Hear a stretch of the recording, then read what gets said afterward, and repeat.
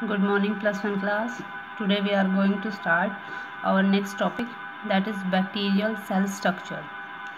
As we know that bacteria is included in the kingdom Monera, and in kingdom Monera prokaryotes are the representatives of Monera kingdom. So bacteria is also a prokaryote, means this bacteria do not have a true nucleus. एक true nucleus present नहीं होता bacteria के अंदर, इसी वजह से इनको क्या बोला जाता है, प्रोकैरियोट्स बोला जाता है। और इस मोनेरा किंगडम को भी हम क्या दूसरा नेम जो हमने दिया हुआ है वो क्या है, prokaryota. So today in this video we will discuss about bacterial cell structure. So bacterial cell structure consists of three parts.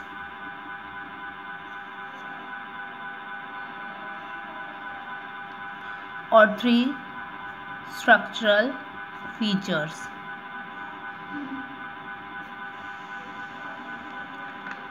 And these three parts or three structural features are, first is the slime and the capsule, जिसको हम क्या बोलते हैं, glycocalyx भी बोलते हैं. And second is cell wall and third one is cell membrane, या फिर इसको बोल लो प्लाज्मा मेम्ब्रेन, या फिर इसको बोलो plasma membrane. Now we will discuss each of three structure features one by one. First आता है हमारा the slime and the capsule.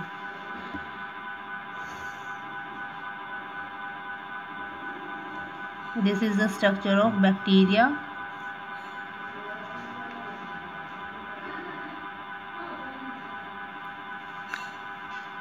The first layer is slime. Slime is a gelatinous material. First is slime. Slime क्या है, is a gelatinous material या फिर gelatinous substance secreted by the protoplast.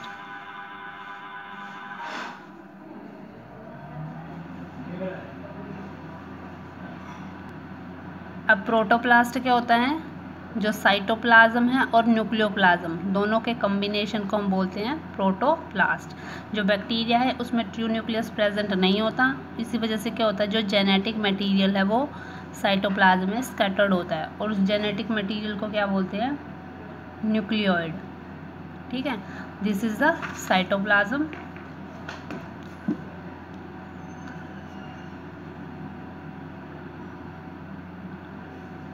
This genetic material का combination और cytoplasm का combination, दोनों को क्या बोल रहे हैं, protoplast.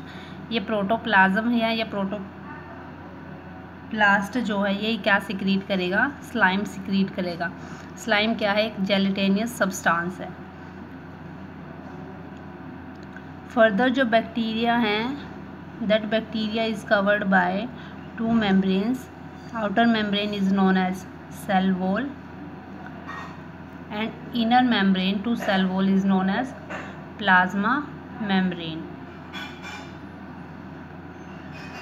And on the outer side of the cell wall, this gelatinous substance is secreted by the protoplast. एक डिपोजिशन हो जाती है इस जेनेटिक मटेरियल की सेल वॉल के ऊपर, इसी को हम बोलते हैं स्लाइम. जो आपकी बुक में दिखा रखा है ग्रे कलर की डिपोजिशन है सेल वॉल के ऊपर, वही है स्लाइम.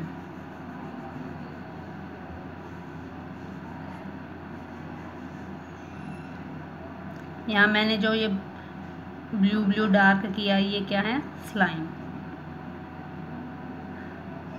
ठीक है. It is usually composed of, ये स्लाइम है ये किससे बना हुआ है, पॉलीसैकेराइड से बना हुआ है. मीन्स जो कार्बोहाइड्रेट होते हैं उसकी बहुत सारे यूनिट्स की कॉम्बिनेशन से, मीन्स पॉलीसैकेराइड है जो स्लाइम है। कुछ केसेस में क्या होता है, ये स्लाइम जो होता है वो ईज़िली वॉशेबल है, ईज़िली उसको रिमूव कर सकते हैं। लेकिन कुछ केस में क्या होता है, जब वो जो वायरुलेंट बैक्टीरिया होते हैं, ज़्यादा स्ट्रॉन्ग होते हैं, जो हार्म पहुंचा सकते हैं, उस केस में क्या होता है, स्लाइम के साथ कुछ नाइट्रोजनस बेस हैं वो कंबाइन कर जाते हैं। तो क्या होगा, स्लाइम और नाइट्रोजनस के बेस के कॉम्बिनेशन से ये स्लाइम लेयर है वो हार्ड हो जाएगी। फिर ये किस में चेंज हो जाएगी, कैप्सूल लेयर में चेंज हो जाएगी। ये कैप्सूल लेयर है बहुत ही हार्ड होती है, टफ होती है, इसको ब्रेक करना बहुत ही मुश्किल होता है।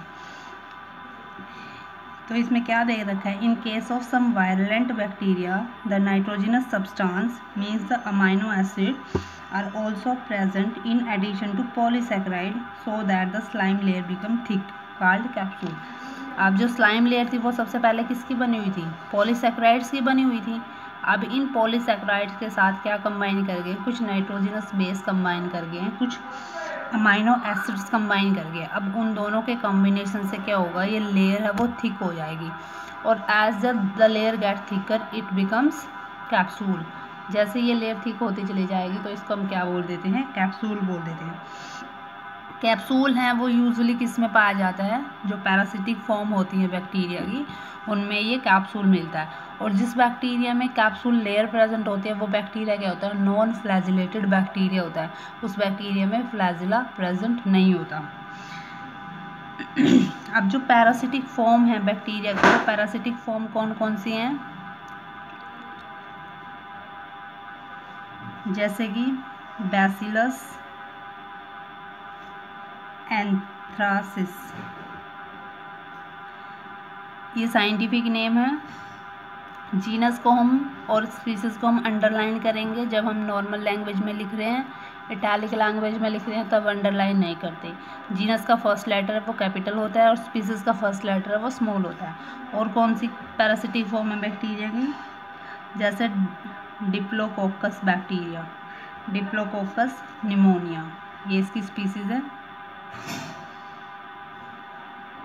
ऐसे ये माइकोबैक्टीरियम, बैक्टीरियम ट्यूबरक्लोसिस, ठीक है, ये सब क्या है, पैरासिटिक फॉर्म है बैक्टीरिया की। जब ये कैप्सूल लेयर फॉर्म हो जाती है तो ये कैप्सूल लेयर का फंक्शन क्या है, ये प्रोटेक्शन प्रोवाइड करती है अगेंस्ट फैगोसाइटोसिस और एंटीबॉडीज़, कि अगर कोई भी बैक्टीरिया है वो हमारी बॉडी के अंदर एंटर कर चुका है तो हमारी बॉडी में क्या होते हैं, लाइसोजाइम एंजाइम प्रेजेंट होते हैं हर एक बॉडी में, सेल्स में। तो वो लाइसोजाइम एंजाइम क्या करेंगे, इसको किल कर सकते हैं ना बैक्टीरिया को। और क्या होते हैं, एंटीबॉडीज़ प्रोड्यूस करती है हमारी बॉडी। जैसे ही कोई फॉरेन एंटीजन है, एंटीजन फॉरेन एंटीजन यहाँ पर कौन है, देखो प्रिवेंशन, ये जो कैप्सूल है वो किस किस से प्रिवेंट कर रही है, एक तो फैगोसाइटोसिस से और दूसरा किससे प्रिवेंट कर रही है, एंटीबॉडीज से। फैगोसाइटोसिस मीन्स कंप्लीट को ही एनगल्फ कर लेती हैं, ठीक है। जैसे अमीबा अपना फूड लेता है ना, अपने सूडोपोडिया को मूव करके, ठीक है, उस फूड को सराउंड कर लेता है। ऐसे ही हमारी बॉडी में लाइसोजाइम एंजाइम्स होते हैं, वो लाइसोजाइम्स क्या करेंगे, इसको किल कर देंगे, ठीक है, इस बैक्टीरिया को किल कर देंगे, इसको एनगल्फ कर देंगे, फिर जो वेस्ट है उसको सेल से बाहर थ्रो आउट कर देंगे। ऐसे हमारी बॉडी में क्या होती है, एंटीबॉडीज़ होती हैं। एंटीबॉडीज़ किसके अगेंस्ट बनती हैं, एंटीजन के अगेंस्ट बनती है। अब यहाँ पर एंटीजन कौन है, ये जो बैक्टीरिया है जो हमारी बॉडी के अंदर एंटर किया है वो हम यहाँ पर क्या है, एज अ एंटीजन यहाँ पर एक्ट करता है। तो इस एंटीजन के अगेंस्ट हमारी बॉडी में क्या बनेंगी, एंटीबॉडीज़ बनेंगी। एंटीजन और एंटीबॉडीज़ ये दोनों आपस में क्या करेंगी, रिएक्शन शो करेंगी, ठीक है। रिएक्शन शो करके क्या करेंगी, ये एंटीबॉडीज़ है इस एंटीजन को क्या कर देंगी, किल कर देंगी। इस तरह से क्या होगा, ये बैक्टीरिया जो हमारी बॉडी के अंदर एंटर किया है वो किल हो जाएगा।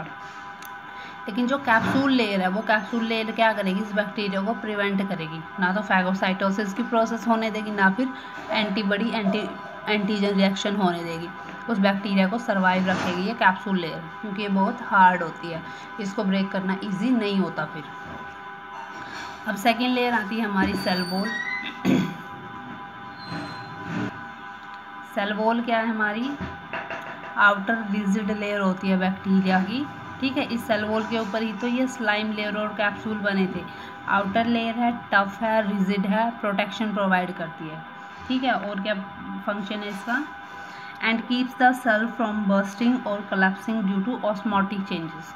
जो सेल है उसको एक प्रॉपर शेप में रखती है, उस सेल को बर्स्ट होने से, कोलैप्स होने से प्रिवेंट करती है। जब सेल में ऑस्मोटिक चेंजेस होते हैं, ऑस्मोटिक प्रेशर चेंज होता है उसमें, तो उस सेल को बर्स्ट होने से, कोलैप्स होने से प्रिवेंट करती है।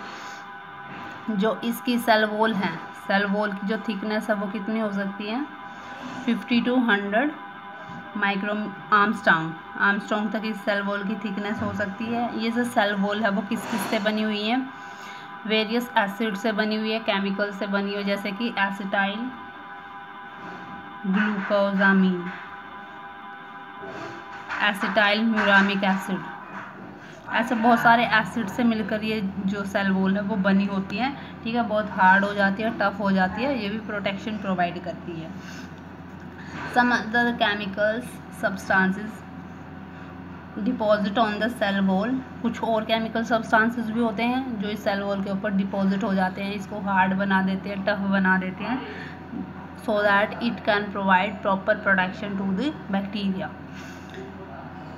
अब आता है केस की ग्राम पॉजिटिव और ग्राम नेगेटिव। इन बैक्टीरिया में क्या डिफरेंस है इनकी सेल वॉल में, कि जो ग्राम पॉजिटिव बैक्टीरिया होता है उसकी सेल वॉल है वो क्या होती है, थिक होती है। ग्राम नेगेटिव क्या होगी, थिन होगी। और जो इसकी ग्राम पॉजिटिव बैक्टीरिया की सेल वॉल थिक है, थिक के साथ क्या है, इसके पास जो लिपिड्स कंटेंट है वो क्या होगा, लेस होगा। और जो ग्राम नेगेटिव बैक्टीरिया वो थिन है लेकिन इसके पास लिपिड कंटेंट क्या होगा, ज़्यादा होगा, मोर लिपिड कंटेंट। नेक्स्ट आता है हमारी प्लाज्मा मेम्ब्रेन। प्लाज्मा मेम्ब्रेन है वो इनर टू सेल वॉल से इनर साइड पे प्रेजेंट है, इसको बोलते हैं प्लाज्मा मेम्ब्रेन। ये क्या है, थिन है, इलास्टिक है, परमिएबल है, सेलेक्टिवली परमिएबल मेम्ब्रेन है प्लाज्मा मेम्ब्रेन। और ये क्या करती है, मटेरियल्स का सेलेक्टेड ही अलाउ करती है कि किस मटेरियल को सेल के अंदर जाना है, किस मटेरियल को सेल के बाहर। मटेरियल का जो एक्सचेंज होता है वो सेलेक्टिवली होता है। जो प्लाज्मा मेम्ब्रेन है वो किस किस से बनी हुई है, it is composed of large amount of phospholipids, proteins and some amount of polysaccharides but lacks sterols. Sterols को की प्रेजेंस नहीं होती, लेकिन जो फॉस्फोलिपिड्स, प्रोटीन्स और कुछ पॉलीसैकेराइड्स, इनके कॉम्बिनेशन से प्लाज्मा मेम्ब्रेन बनी होती है। प्लाज्मा मेम्ब्रेन है वो किसके कॉम्बिनेशन से बनी हुई है, phospholipids, proteins and some polysaccharides but it lacks sterols। Plasma membrane है जो बैक्टीरिया की, वो उसका फंक्शन क्या है, वो मेटाबॉलिक एक्टिविटीज़, मेटाबॉलिक पाथवेज के लिए साइट प्रोवाइड करती है। जो एनाबॉलिक और कैटाबॉलिक पाथवे होते हैं जिसमें प्रोडक्ट बनते हैं और ब्रेक डाउन होते हैं, ब्रेक डाउन होके या बन के वो क्या एनर्जी फिर प्रोवाइड कर रही हैं, तो ये मेटाबॉलिक पाथवे है उसकी साइट प्रोवाइड करती है। और क्या क्या होता है इसके पास, प्लाज्मा मेम्ब्रेन के पास क्या होते हैं, रेस्पिरेटरी एंजाइम्स होते हैं जो प्लाज्मा मेम्ब्रेन के इनर साइड में प्रेजेंट होते हैं। ये होते हैं रेस्पिरेटरी एंजाइम्स।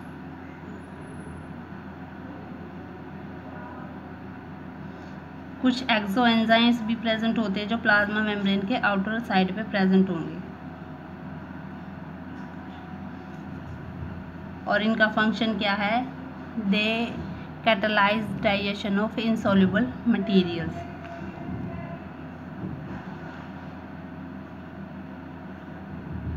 ये है न्यूक्लियोइड, न्यूक्लियस इसमें प्रेजेंट नहीं है। अब देखो बैक्टीरिया का स्ट्रक्चर क्या क्या है।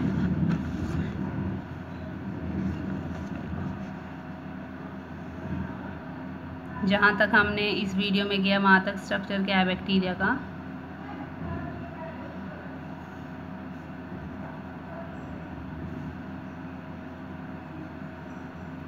स्लाइम लेयर या फिर कैप्सूल लेयर प्रेजेंट होगी आउटर साइड पे सेल वॉल के।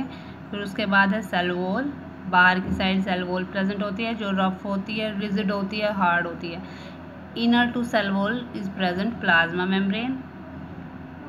इस प्लाज्मा मेम्ब्रेन के इनर सरफेस पे क्या प्रेजेंट होते हैं? रेस्पिरेटरी एंजाइम्स प्रेजेंट होते हैं, ठीक है। और जो प्लाज्मा मेम्ब्रेन के आउटर साइड पे क्या प्रेजेंट होते हैं? Exo enzymes, and these exo enzyme catalyse the digestion of insoluble material. Exo enzymes का फंक्शन क्या होता है? Catalyse the digestion of insoluble material. Bacteria है, एक प्रोकैरियोट है, सो इसके पास क्या है? ट्रू न्यूक्लियस प्रेजेंट नहीं है। जो जेनेटिक मटेरियल है वो साइटोप्लाज्म में ऐसे स्कैटर्ड है, और उस जेनेटिक मटेरियल को क्या बोल रहे हैं? न्यूक्लियोइड। ये क्या है हमारा? साइटोप्लाज्म। नेक्स्ट हम नेक्स्ट वीडियो में करेंगे। जो नेक्स्ट डिटेल है कि कुछ रेस्पिरेटरी एंजाइम्स प्रेजेंट थे, अब जो राइबोसोम्स हैं, ठीक है, ग्लाइकोकैलिक्स लेयर है, वो हम नेक्स्ट वीडियो में करेंगे। अभी तक हमने बैक्टीरिया का स्ट्रक्चर यहाँ तक किया। नेक्स्ट वीडियो में हम करेंगे structure associated with plasma membrane, कि प्लाज्मा मेम्ब्रेन के साथ कौन कौन से स्ट्रक्चर एसोसिएटेड हैं, जैसे कि मीजोसोम्स, फ्लैजिला हैं, पिलाई या फिर फिम्ब्रे, और क्या है? साइटोप्लाज्म है, न्यूक्लियोइड है, प्लाज्मिड्स हैं। इन सब का भी एक फंक्शन है। बाद में कि जो मीजोसोम्स हैं वो सेप्टा की फॉर्मेशन करेंगी, ठीक है। जो बैक्टीरिया सेल वॉल है जब रिप्रोड्यूस करेगी एसेक्सुअल मेथड से, तो उसको सेप्टा की फॉर्मेशन करके 2 सेल में डिवाइड करने के लिए फंक्शन करेंगे मीजोसोम्स। फ्लैजिला प्रेजेंट हैं जो मूवमेंट लोकोमोशन में हेल्प करेगा। पिलाई प्रेजेंट हैं, straight hair like structure appendages हैं, ये पिलाई बोलते हैं जिनको। Cytoplasm material, fluid material present है, न्यूक्लियोइड है, जेनेटिक मटीरियल जो बैक्टीरिया का है, प्लाज्मिड्स हैं, ठीक है। ये तो इनको हम नेक्स्ट वीडियो में स्टडी करेंगे।